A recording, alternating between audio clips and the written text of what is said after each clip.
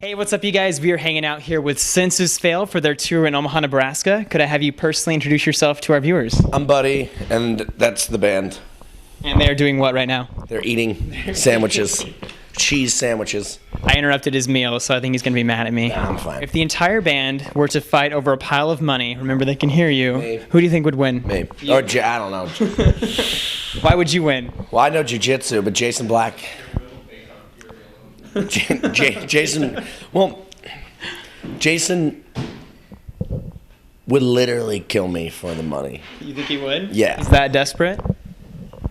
Jason? Yep. Yeah, he would. What does Census Fail mean to you and your fans? Like, what is your music all about? I think we have a personal message in our music. The lyrics that I write are very personal, so I think that we have a very close bond with the people that do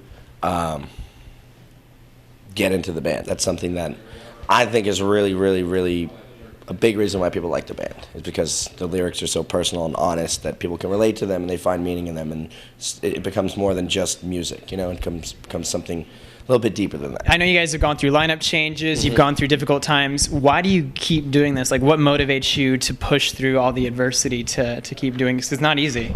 I just love playing music. I mean, love going on tour, I love playing music, and that's what we do. It's what I wouldn't want to do. I don't want to do anything else. Would you ever think about quitting? Yeah, man, we would think about quitting constantly. But you don't? No, because I love doing this. Yeah, I don't know. Yeah, every couple of months you go, fuck, man. Is this working out? Is this a good idea? And do you regret it at all? You ever wish you took the other path? No. Everything always happens for the right reason. Do you wish you had had the #1 radio signal or the platinum album? Like, is it frustrating that you haven't had that? It's not going to happen. And we always knew that that's not something that is really going to ever happen for this band, because we just don't do the necessary things to take it to that level. Like, we're not at a major label. We don't have a gimmick. We don't have an image. We don't write watered down music. I speak my mind. We just don't participate in any of the game of having to in order to be that popular and that successful, you have to appeal to everyone. Well, it's been a pretty serious interview, so let's do a couple of fun ones here. You guys ever fight being around each other all the time? We once had a 2-hour-long sit-down about farting. What? Yeah. Dan likes to, do a little dance before he does, or, kick his leg out, or, I don't know. And it was a problem. Well, it just...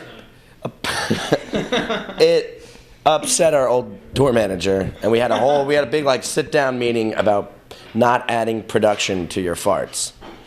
And it was Dan got really... It lasted 2 hours? It lasted 2 hours. And he got into what he got? Well, it was just a whole discussion about why can't you just fart off the bus? Why don't you just go outside and do it off the bus and then come back on, and it won't be as big of a deal? And then Dan's like, well, why can't I just do it here? It doesn't really matter. And where were you in all this? I just kept feeling the fire. I liked that Dan was getting upset. And did anyone fart during this meeting? Absolutely, absolutely. I think there was production added to about 4 or 5 farts in the 2-hour meeting. So what was the final conclusion? Nothing changed. Nothing changed. Nothing changed. Is it still dramatic about that? There's still some production. I know you guys have a lot of fans, so what's the scariest fan experience you've had? I once had a stalker. Oh, yeah? Yeah. What was the story there?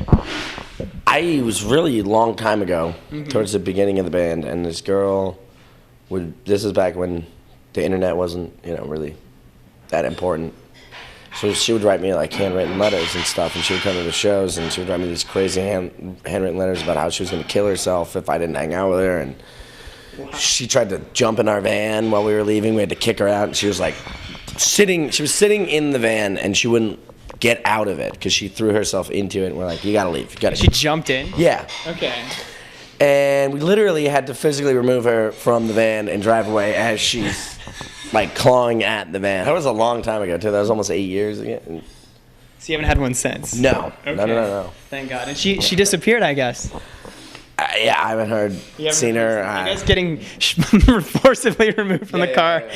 No longer a fan. She went and sat in Brand New's van and wouldn't leave until we came back, which we never came back. Are you ready for this? Yeah. Describe the person next to you using one word.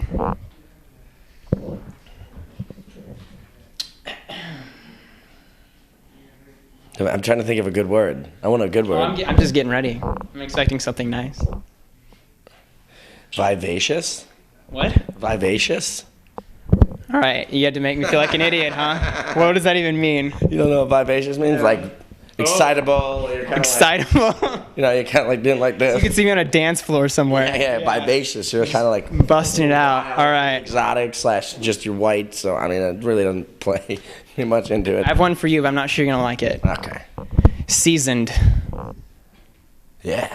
I like that. Like you've been there. I've been there. You've done that. Yep. Yeah. Been there, done it. I could ask you advice on anything, like probably like black magic, and you probably have some story about it.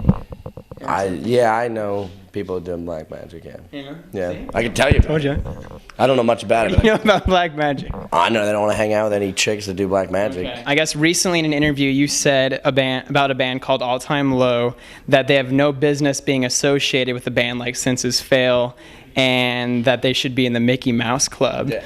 And then you said that All Time Low, if they were a real band, but they decided to play games, and games never work. So basically, pretty harsh stuff. What I said was, I like All Time Low. I like them as people. I even like their music. Okay. I just think that they had something really cool going on with what they were doing, and they decided to play the game of trying to sell millions of records, and there's a lot that goes into that, and you have to really, like I said, do specific things to attain that goal, playing the game. You think they're on like the wrong road, or they took the wrong path? The road they want to be on. I'm not. Okay. I just don't understand why, as a musician, I'm not allowed to have a fucking opinion. Yeah. Apparently, because I play in a band, I have to be friends with everybody else in a fucking band. It's just ridiculous now. It's absolutely. I guess a lot of people got really mad about it, which is why, which is great, because who gives a shit? Yeah. It's like a bunch of people playing fucking music. It's like, so what? In the grand scheme of everything, it's not that big. And my opinion about some other band really shouldn't matter. But then this guy from Boys Like Girls got involved, and he said that you guys, Chief or whatever his name is, he said Senses Fail has not had an impact on music.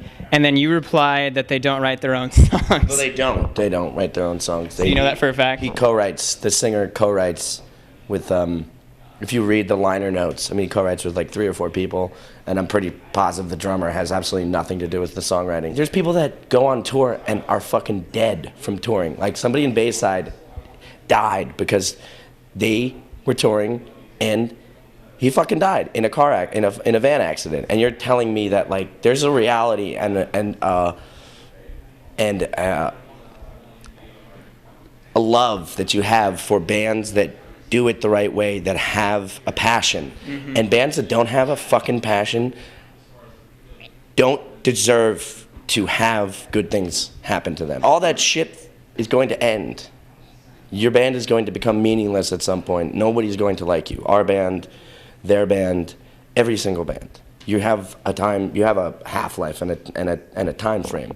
So if you don't do it for the right reasons, then why are you even here? If you're gonna have other people write your songs, if you're gonna be about an image, if you're gonna be about something other than just the passion of playing music, then I think it's bullshit. And I'm sorry if I, offend people by saying that, but I know that we've worked our ass off, and that's all we've ever been about. And I'm gonna say that. I'm gonna say it when I want to, because I pride our band on that, on being an independent band, and that's not something a lot of bands can say. So if John from Boys Like Girls is watching, what would you want to say to him right now? I already said it to him. He probably doesn't even write his own songs. He's got nothing to say, and he backpedaled too, and was like, well, I mean, it wasn't like, it's like, whatever, man. I don't hate any of these people. I don't even know them. I don't even know him, but if you're going to tell me that we haven't had an impact on music, I know for a fact that I've had an impact on individuals who come up to me and tell me, hey, you know what?